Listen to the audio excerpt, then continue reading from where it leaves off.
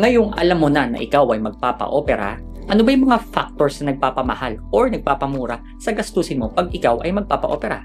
First reason, or isa to sa pinaka mabigat na rason, is yung saan kang hospital magpapa-opera po. Usually, private hospitals, mas mahal yan compared dun sa public o government hospitals natin. Again, ito ang isa sa pinaka-importanting bagay para malaman mo kung gagastos ka nga na malaki sa operasyon mo or mas makakamura po kayo. Second is yung surgeon's fee, yung mag-o-opera sa inyo. Minsan po kasi mas experienced or mas specialized yung surgeon, mas mahal po yung fee nila. Although sa totoong buhay, mayroong mga surgeon po na mura, but in general, ito po yung sinusunod na rule.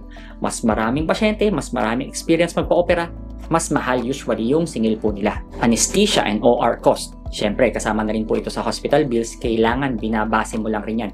Hindi lang yung nagpa-hospital ka, hindi lang yung nag-opera sa'yo, yung mag-anesthesia sa'yo, at yung gagastusin during the operation. Siyempre, pre-surgery tests. Usually, ito yung mga clearance na ginagawa nila. Siyempre, kasama po yan, magpapalabs ka, CBC, thyroid function test, X-ray, or ECG, and may mga dagdag na laboratory kung mas marami kang comorbidities or mas marami kang sakit.